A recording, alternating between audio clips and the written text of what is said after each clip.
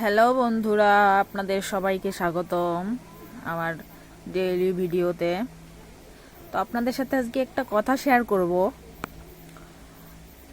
আপনার সোনামণিকে বা আপনার সন্তানকে যখন লেখাতে পড়াতে বসবেন, তখন তাকে দেখবেন যে আগে তার মনোযোগী হচ্ছে কিনা। তার মনোযোগী হওয়ার জন্য সে যেটা আগে করতে চায় আপনি তাকে সেটা আগে করতে সাহায্য করবেন। যেমন দুইটা সাধারণ টিপস আছে, এই দুইটা টিপস লক্ষ্য করলে আপনার সন্তান অনেকটাই পড়ালেখায় মনোযোগী হবে। প্রথম টিপস হচ্ছে, আপনার সন্তান ক্ষুধার্ত আছে কিনা। আপনার সন্তান যদি ক্ষুধার্ত থাকে তাহলে কোনোভাবেই তার পড়াশোনায় মনোযোগী হবে না। এই টিপসটা অত্যন্ত গুরুত্বপূর্ণ একটা টিপস। আর দ্বিতীয়ত হচ্ছে, তার পড়ালেখার মাঝখানে অন্য কোনো টিপস যোগ করা যাবে না, অন্য কোনো কিছু তার ধারে কাছে আনা যাবে না, অন্য কোনো প্রসঙ্গে কথা বলা যাবে না। যত সময় আপনার বাচ্চা লেখাপড়া করে তত সময়ে আপনার পড়াশোনার দিকেই যাতে মনোযোগী হয় আপনার সন্তান, সেদিকে লক্ষ্য রাখতে হবে। এই দুইটা টিপস যদি আপনি কিছুদিন অন্তত ব্যবহার করেন, এর ফলাফল আপনি নিজেই পাবেন, বা আপনার সন্তানের আগ্রহটা বেশি হচ্ছে কি না নিজেই বুঝবেন। আপনাদের বাচ্চার বা সন্তানের যদি অক্ষর শেখাতে হয়, মুখস্থ করতেই পারে, বাচ্চারা মুখস্থ করে লিখতেই পারে, কিন্তু অক্ষর চেনে না। এই অক্ষর না চেনার জন্য প্রথমে আপনার বাচ্চার এইভাবে শেখাতে হবে। দেখেন, প্রথমে দেখে দেখে লেখো।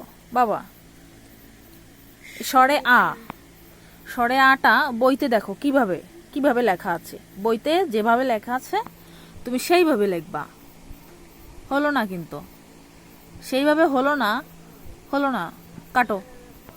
আপনি আপনার বাচ্চাকে প্রথম থেকেই যেভাবে শেখাবেন, আপনার বাচ্চা কিন্তু সেইভাবেই শিখবে। আপনি যদি খারাপভাবে শেখান বা আপনার বাচ্চার প্রতি যদি আপনি আগ্রহী না হন, তাহলে আপনার বাচ্চাও সেইভাবে বেড়ে উঠবে।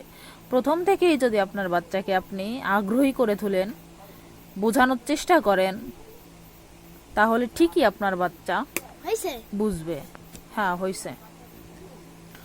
বাবা, এইটাকে কি বলে? এইটাকে কি বলে? এইটা একটা কি? এইটা একটা কি? এইটা আ, স্বরে আ। ঠিক আছে, এটার নাম হচ্ছে স্বরে আ। আরো একটা নাম আছে, এটা কি? এটা একটা অক্ষর বা বর্ণ। এটা কি বলো?